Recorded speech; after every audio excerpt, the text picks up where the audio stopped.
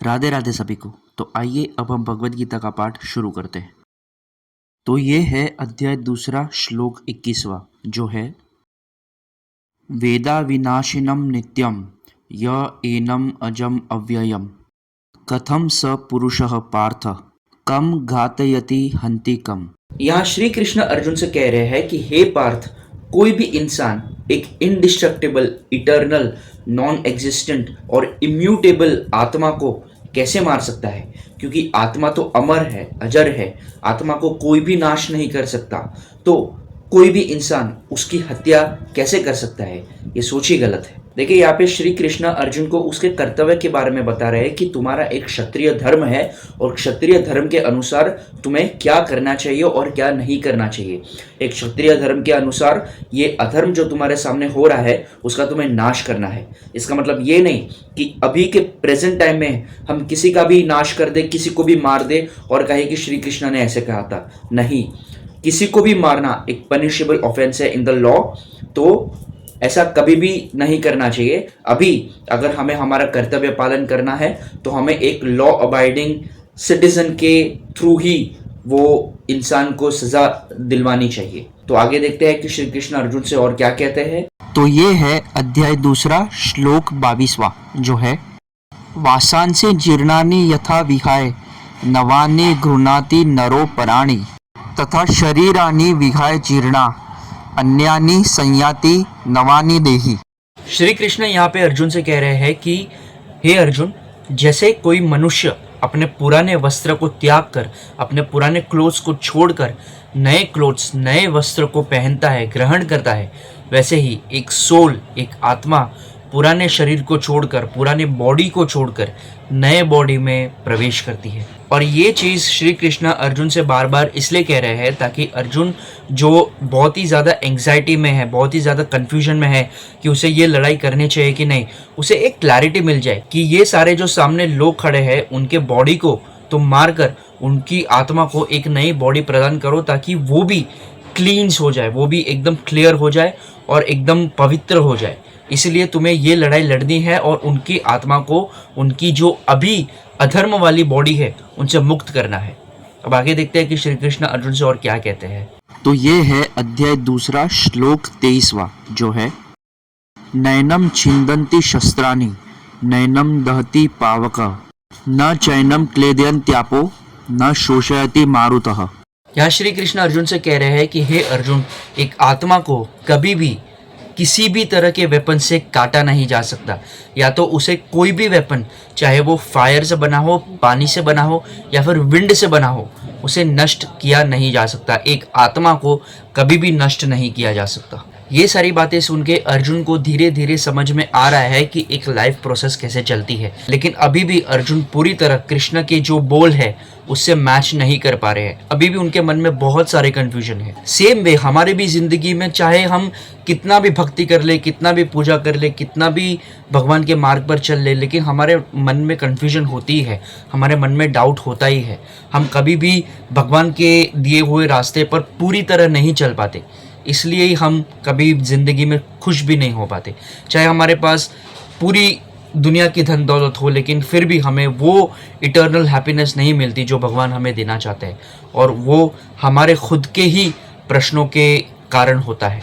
अब आगे देखते हैं कि श्री कृष्ण अर्जुन से और क्या कहते हैं। तो ये है अध्याय दूसरा, श्लोक 24वां, जो है अच्छेद्यो यम अध्ययो यम अक्लेद्यो शोष्य एव च नित्यः सर्वगतः स्थानुर्चलोयम सनातः। यह श्री कृष्ण अर्जुन से कह रहे हैं कि एक आत्मा जो है वो अनब्रेकेबल होती है, इनसॉल्युबल होती है।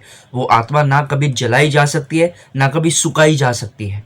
आत्मा जो है वो एवर लास्टिंग है, वो हर जगह मौजूद है, उसे कभी भी चेंज नहीं किया जा सकता और वो इटर्नल है।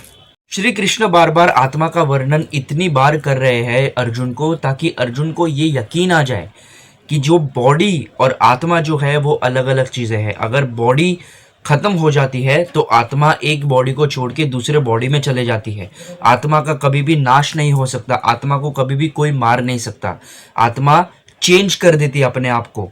इसीलिए अर्जुन को वो मोटिवेट कर रहे हैं, अर्जुन को वो बोल रहे हैं, वो कह रहे हैं कि अधर्म के खिलाफ तुम्हारी लड़ाई में तुम्हें ये भूल जाना पड़ेगा कि सामने जो बॉडी में जो लोग हैं वो कौन है, क्या थे और क्या होने वाले हैं। ये सारी ज्ञान की बातें श्री कृष्ण अर्जुन को बता रहे हैं। अब आगे देखते हैं कि श्री कृष्ण अर्जुन से और क्या कहते हैं। तो ये है अध्याय दूसरा, श्लोक 25वां, जो है अव्यक्तो यम अचिन्त्यो यम अविकार्यो यम युच्यते तस्मदेवं विदित्वैनं नानु शोची तुमर्हसि। यहाँ श्री कृष्ण अर्जुन से कहने की कोशिश कर रहे हैं कि हे पार्थ, हे अर्जुन, मैंने तुम्हें आत्मा के बारे में इतनी सारी चीज़ें बताई कि आत्मा इनविजिबल होती है, आत्मा को कोई मार नहीं सकता, कोई काट नहीं सकता, कोई जला नहीं सकता, किसी भी वेपन से उसका खात्मा नहीं किया जा सकता। इसीलिए हे अर्जुन, तुम किसी भी एक पर्टिकुलर बॉडी को लेकर भावुक मत हो, ग्रीफ में मत आ जाओ, अपना हथियार उठाओ और लड़ो, क्योंकि यही तुम्हारा कर्तव्य है, यही एक क्षत्रिय कर्तव्य है, यही एक क्षत्रिय धर्म है कि तुम्हें अधर्म के खिलाफ हथियार उठाना ही पड़ेगा, चाहे वो तुम्हारे सगे ही क्यों ना हो। हमें भी हमारे आसपास कोई ऐसी चीज़ें हो रही है जो अधर्म के मार्ग पर चल रही है, तो उसे रोकना बहुत ही आवश्यक हो जाता है, उसे रोकना बहुत ही इम्पोर्टेंट हो जाता है। यही श्री कृष्ण हमें भगवत गीता के माध्यम से बताना चाहते हैं। अब आगे देखते हैं कि श्री कृष्ण अर्जुन से और क्या कहते हैं। तो ये है अध्याय दूसरा, श्लोक 26वां, जो है अथ चैनम नित्य जातम नित्यम वा मन्यसे मृतम तथापि त्वम महाबाहो नैनम शोची तुम हर्षि। यहाँ श्री कृष्ण अर्जुन से कह रहे हैं कि हे अर्जुन, अभी भी अगर तुम्हें लगता है कि कोई आत्मा जो होती है वो बॉर्न होती है या मर जाती है, फिर भी तुम्हें कोई भी रीज़न नहीं है जिससे तुम ये लड़ाई से पीछे हटो, क्योंकि ये लड़ाई धर्म और अधर्म की लड़ाई है और इसमें तुम्हें धर्म के ओर से लड़ाई तो करनी ही पड़ेगी। यही तुम्हारा धर्म है, यही एक क्षत्रिय को करना चाहिए। हमें भी हमारी लाइफ में चाहे कोई भी सिचुएशन आ जाए, हमें हमारे कर्तव्य से पीछे हटना नहीं चाहिए, हमें हमारा कर्तव्य, हमारा कर्म तो करना ही चाहिए। यही श्री कृष्ण हमें कहने की कोशिश करते हैं कि चाहे कुछ भी हो, चाहे कोई भी सिचुएशन आ जाए, कर्तव्य पालन ही एक ऐसा मार्ग है जिससे हमें मोक्ष की प्राप्ति होती है, जिससे हम भगवान तक पहुंच सकते हैं, क्योंकि भगवान ने भी धरती पर आके अपने अपने कर्म ही किए हैं और हमें अपने कर्म के माध्यम से ही बताते हैं कि जीवन सरल तरीके से कैसे जिया जा सकता है। अब आगे देखते हैं कि श्री कृष्ण और अर्जुन में और क्या संवाद होता है। तो ये है अध्याय दूसरा, श्लोक 27वां, जो है जातस्य ही ध्रुवो मृत्युर्ध्रुवम जन्म मृत्युस्य च तस्माद परिहार्येर्थे न त्वम शोचितुमर्हसि। यह श्री कृष्ण अर्जुन से कहना चाहता है कि हे अर्जुन, जो भी प्राणी, जो भी व्यक्ति, जो भी जीव इस धरती पर जन्म लेता है उसे मरना ही पड़ता है, और जब वो मर जाता है तो वो आगे जाके दूसरा जन्म लेता है। तो इस जीवन मृत्यु की डोर में अपने आप को मत बांधो, अपने कर्तव्य से वंचित मत हो, अपना कर्तव्य पालन करो, क्योंकि हर जीव को, चाहे वो जिए और मरे, इसके बीच में जो टाइम होता है ना, उसमें उसे अपना कर्तव्य पालन करना ही पड़ता है। इसलिए तुम भी अपना कर्तव्य पालन करो और लड़ो, अपना क्षत्रिय धर्म निभाओ। कर्तव्य पालन करना बहुत ही इम्पोर्टेंट है और हमें अगर इस धरती पर जन्म लिया है तो हमें भी अपना कर्तव्य, हमें भी अपना कर्म करना बहुत ही आवश्यक है। तो अब आगे देखते हैं कि श्री कृष्ण अर्जुन से और क्या कहते हैं। तो ये है अध्याय दूसरा, श्लोक 28वां, जो है अव्यक्ता दिनी भूतानि व्यक्त्या मध्यानि भारत अव्यक्ता निधना नेव तत्र का परिवेदना। यहाँ श्री कृष्ण अर्जुन से कहना चाहते हैं कि हे अर्जुन, जितने भी जीव इस दुनिया में पैदा होते हैं उन्हें नहीं पता होता कि वो पैदा होने से पहले क्या थे, उनका शेप क्या था, उनका साइज़ क्या था। जब वो पैदा होते हैं तभी उन्हें ये सारा ज्ञान मिलता है, और जब मर जाते हैं उसके बाद भी उन्हें नहीं पता कि वो मरने के बाद क्या होने वाले हैं, कि उनका शेप क्या होने वाला है, उनका साइज़ क्या होने वाला है, या वो किस योनि में जन्म लेने वाले हैं। तो इतना अटैचमेंट क्यों, इतना कन्फ्यूजन क्यों। श्री कृष्ण कहते हैं कि हमें दूसरे लोगों से ज़्यादा अटैचमेंट रखने से बेटर है कि हम अपने कर्म पे ध्यान दें, हम अपने कर्तव्य पे ध्यान दें। जो हमारा काम है इस दुनिया में, जो हमारा लक्ष्य है, वो लक्ष्य को हम पूरा करने की कोशिश करें, अच्छे कर्म करें और भगवान का नाम लें। यही श्री कृष्ण हमें कहते हैं और यही श्री कृष्ण भगवद गीता के थ्रू हमें कहना चाहते हैं। अब आगे देखते हैं कि श्री कृष्ण अर्जुन से और क्या कहते हैं। तो ये है अध्याय दूसरा, श्लोक 29वां, जो है आश्चर्यवत् पश्याति कश्चिदेनम् आश्चर्यवद् वदाति तथैव चान्यः आश्चर्यवच्चैनम्न्यः शृणोति श्रुत्वा पेनं वेद न चैव कश्चित्। यहाँ श्री कृष्ण अर्जुन से कहने की कोशिश करते हैं कि जो ज्ञानी लोग होते हैं, जिन्हें आत्मा के बारे में पता होता है, वो देख के ही समझ जाते हैं कि आत्मा कितनी अमेजिंग है। कोई कोई ज्ञानी लोग उसे डिस्क्राइब करके बताते हैं कि आत्मा कितनी अमेजिंग है, कोई कोई सुन के बताते हैं कि आत्मा कितनी अमेजिंग है।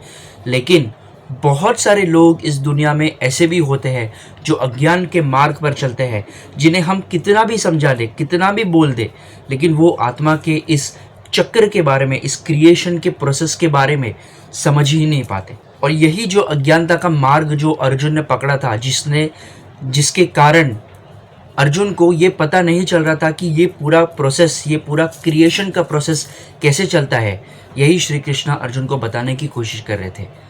तो अब आगे देखते हैं कि श्री कृष्ण अर्जुन से और क्या बताते हैं। तो ये है अध्याय 2 श्लोक 30 जो है, देहि नित्यमवध्योऽयं देहे सर्वस्य भारत तस्मात् सर्वाणि भूतानि न त्वं शोचितुमर्हसि। यहाँ श्री कृष्ण अर्जुन से कहते हैं कि हे भरतवंशज, जैसे मैंने तुमको बताया कि एक सोल जो होती है, एक आत्मा जो होती है, वो इमॉर्टल होती है, और एक बॉडी जो होती है वो टेम्पररी होती है। तो तुम एक टेम्पररी चीज़ के पीछे मत जाओ और अपना क्षत्रिय धर्म निभाओ, युद्ध करो, क्योंकि यही धर्म का मार्ग है। हमें भी टेम्पररी चीज़ों के पीछे नहीं जाकर, मोह माया में नहीं फंसकर, हमें अपना कर्म, अपना कर्तव्य पहले करना चाहिए, क्योंकि यही धर्म का मार्ग है। जो अपना कर्म करते हैं ना, जो अपना कर्तव्य ठीक से करते हैं, उसे धर्म की प्राप्ति होती है, उसे कृष्ण की प्राप्ति होती है। यही श्री कृष्ण कहना चाहते हैं। अब आगे देखते हैं कि श्री कृष्ण अर्जुन से और क्या कहते हैं। हरे कृष्णा, ओम नमः शिवाय।